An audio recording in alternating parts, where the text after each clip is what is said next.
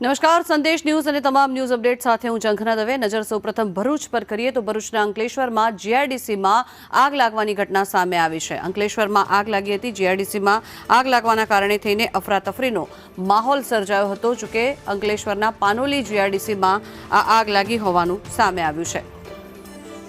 Sanghvi Organics કંપનીમાં આગના આ દ્રશ્યો સામે આવ્યા છે। ત્યારે મહત્વનું છે કે ફાયર બ્રિગેડ દ્વારા સતત પાણીનો મારો ચલાવી આગ પર કાબૂ મેળવવાનો પ્રયત્ન હાથ ધરવામાં આવ્યો છે। ત્યારે આગ લાગતા દૂર દૂર સુધી ધુમાડાના ગોટે ગોટા દેખાયા હતા। ફાયર ફાઇટર દ્વારા આગ પર કાબૂ મેળવવા માટે સતત પાણીનો મારો ચલાવવામાં આવી રહ્યો છે। આ દ્રશ્યો જે આપ જોઈ રહ્યા છો અંકલેશ્વરના આ દ્રશ્યો છે કે જ્યાં આગ લાગી હતી અને આ આગના કારણે થઈને અફરાતફરી સર્જાઈ ગઈ હતી।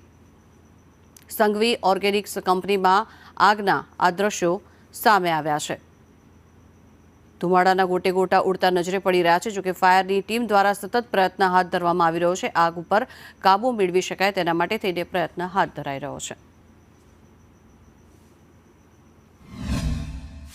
આ જે બનાવ છે તે વારંવાર બને છે। આવી રીતના અગાડી પણ નવો બનાવ બન્યો હતો અને આગ લાગી હતી। આ વારંવાર કોઈ આના પગલાં લેતા નહીં મળે અને આ જે બને છે ને આનો જે મતલબ એ છે તે હોળેપાની ગામડીમાં આનો જે અસર પડે છે, ખરોડ, ભાડી, બાકરોલ ઘણા ગામડાઓમાં આનો અસર પડે છે। અને આ વહેલી સવારના આ બનાવ બન્યો છે। વહેલી સવારના 3 વાગ્યામાં આ બનાવ બન્યો છે અને તમામ લોકો ઇસ્ટર છોડીને ભાગવા માંડ્યા છે। અને અમને ફાયર બ્રિગેડ હાજર છે આપણી પાસે, એટલે 12 ફાયર બ્રિગેડની ગાડીઓ છે અને પોલીસ તંત્ર પણ એમનું કામ કરી રહ્યું છે।